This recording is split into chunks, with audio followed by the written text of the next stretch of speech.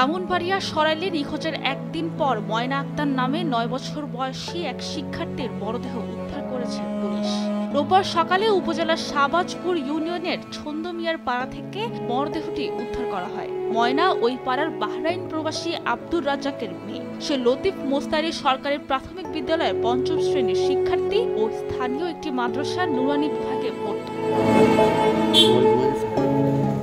নিহতের পরিবার জানায়, শনিবার দুপুরে ময়না বাড়ি থেকে খেলাধুলার জন্য বের হয়। এরপর তার কোনো সন্ধান পাওয়া যাচ্ছিল না। বিভিন্ন জায়গায় খোঁজাখুঁজি করার পর মাইকিংও করা হয়। সকালে শিশুরা হাবলিপাড়া জামে মসজিদে গেলে দ্বিতীয় তলায় ময়নার রক্তাক্ত মরদেহ দেখতে পায়। মসজিদের ইমাম শিশুটির মাকে খবর দেয়। পরে ময়নার পরিবার সহ গ্রামবাসী মসজিদে গিয়ে ময়নার বস্ত্রহীন মরদেহে গলায় কাপড় পেঁচানো অবস্থায় দেখতে পায়। এই ঘটনায় এলাকা জুড়ে চাঞ্চল্য ও আতঙ্কের সৃষ্টি হয়েছে।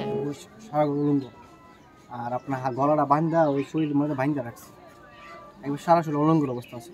আর ওনার যে পরনের যে পায়জামা দিয়া তো ওই মেয়েটাকে যেভাবে আমরা পেয়েছি, তার মরদেহ যেভাবে পেয়েছি, এত মর্মান্তিক মৃত্যু আমরা কখনো একটা এত ছোট বয়সের বাচ্চারা আমরা কখনো কামনা করিনি। মেয়েটা একটা প্রাইমারি স্কুলে পড়ে। এই মেয়েটার কি এরকম শত্রু থাকতে পারে যে মেয়েটার মৃত্যুটা এত কঠিন হবে? আমার ছেলে ফোন দিছে, ও আম্মা ময়নারে পাইছে মসজিদের ভিতরে মাইরা পাঁচ লটকাই ধরে রাখছে। এই ধরনের নির্মম হত্যাকাণ্ডের দৃষ্টান্তমূলক বিচার দাবি করেছে শিশুটির পরিবার। এইভাবে যে আমার মেয়েরে মারছে, এর চেয়ে বেশি শাস্তি চাই, ফাঁসি চাই।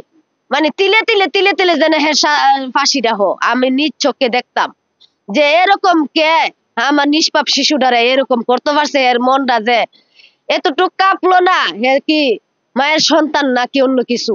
আমি এটা আপনার কাছে, সরকারের কাছে, আইনের লোকের কাছে আমি এই বিচারটা চাই। প্রাথমিকভাবে ধারণা করতেছি যে এটারে কেউ দুষ্টকারী ঘরে নিয়ে দর্শনের আলামত আমরা দেখছি কিছু, মনে হয় এরকম কিছু হয়েছে।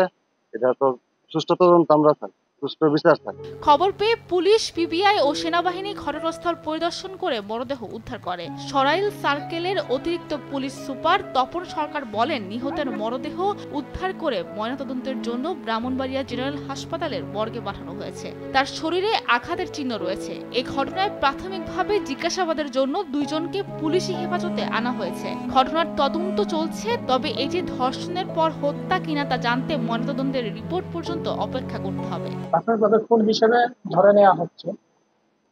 বাহ্যিকভাবে দেখে আসলে বোঝা যাচ্ছে না, সেটা আমাদের গাইড থেকে আসতেছে সিআইডি থেকে, তারা আশা করে আরেকটু ভালোভাবে যাচাই করা সম্ভব হবে এবং ফাইনালি ডিসিশন পাওয়া যাবে পোস্টমর্টমের পরে। আর প্রাথমিকভাবে আমরা 2 জনকে নিয়ে আসছি তাদের জিজ্ঞাসাবাদ করার জন্য।